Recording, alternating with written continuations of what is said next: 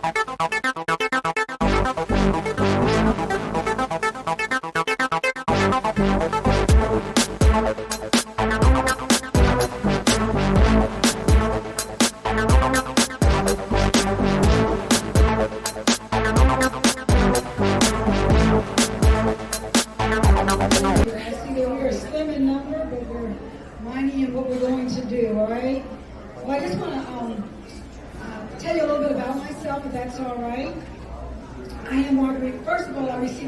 Margaret Morris for Margaret Morris running for you, as you know, D33A. Woo!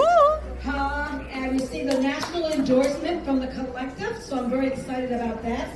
I'm a proven leader in Maryland for over 28 years.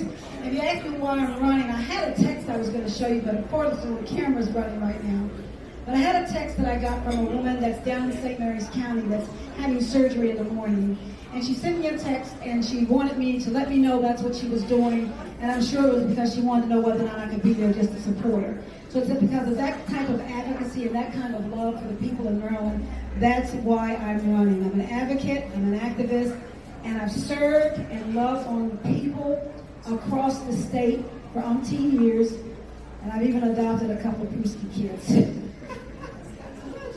I'm just kidding. I want to share with you today where I stand on the issues. One, and you may already know this, I just want to re-emphasize a little bit where I stand on the issues. I've already talked about being a non-attorney mom and winning that case on my daughter's behalf, turning that tragedy into something positive to help Marylanders, help people across the state of Maryland. That did cause the closing of a loophole, a 25-year-old loophole in the Maryland law. You already know that I talk about income inequality and what women with children go through in reference to child care and all the above. The federal poverty level is $27,750. You make much more than that. If you're a family of four, then they start cutting your benefits. And being raised in a home where subsidized housing and all of that, we're seeing good women working but losing benefits they need just to make their households run. There's also the important issue of Roe versus Wade. So for the record, I unequivocally, that's the right word, support a woman's right to choose, and I've never stated otherwise. And I want to add to you that if I were part of the House of Delegates in 2022, I would have voted yes to H. Bill 937 that was sponsored by Delegate Ariana Kelly, and that's the Abortion Care Access Act.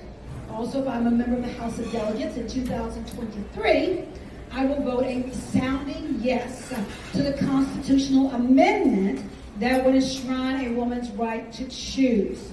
I spent more than 2 decades protecting and defending women's rights, including marching alongside women in Maryland and D.C. Without personal compensation, I've overseen programs that responded to the needs of survivors of domestic violence, including victims of human trafficking from around the world. I have a 2-decade-old track record, including being a recipient of numerous awards, as I've already stated. I'll go over a few of them. And I talk about the awards because I think that community recognizes work, community recognizes services, so I bring them to your attention as part of my track record. So I did receive prestigious Fannie Lou Hamer, and with that I joined an alumni of other recipients, such as Senator Sarah Elfrat, Senator Barbara Mikulski, Delegate Sandra Bartlett, Delegate Shanika Henson, and a league of other astounding, talented, and powerful women. And I believe that they also knew what they were doing when they made me a recipient of the YWCA Trailblazer Award, which recognizes exceptional vision and contributions and the accomplishments of women in both the workplace and community. Last but not least, I was honored to be the recipient of the George H. Phelps Distinguished Service Award. I was nominated as Woman of the Year for my labor for others, and I received an endorsement from Dr. E. Faye Williams, President of the National Congress of Black Women and a former board member of the NOW organization. I also want to talk about just a little bit, and I'm moving on, I'm almost done, and again in reference to abortion rights. I was asked a question a while back, it was in a survey. And Adrian Jones, it said that Adrian Jones wanted to enshrine in the Maryland Constitution the right for a person to make their reproductive health care choices without restriction. And I answered yes to that survey question, saying that I believe in freedom of choice, because the opposite would affect marginalized persons. So in closing, I say this.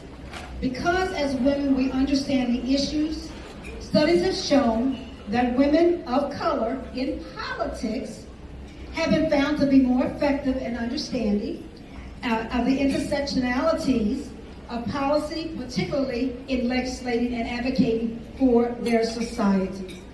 Don't be scared of all these pages. I just scribble this stuff out almost done. Also, women have to do more to prove themselves than men. Most of you know that. And women of color face additional obstacles that are amplified by race and systemic issues. However, all is not lost, because as women, we do manage to get the job done. Sorry about that. As a matter of fact, if more women were elected, we probably wouldn't be going through what we're dealing with, they say, with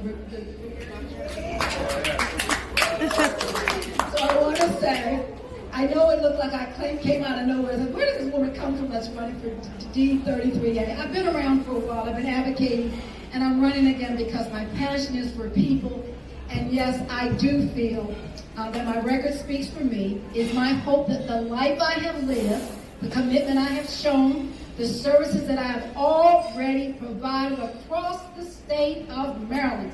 Y'all say that, across the state of Maryland? Across the state of Maryland. People. So I hope that that I will be the next elected delegate for District D33A. I thank you, and I am the best option, and they know. I'm sorry.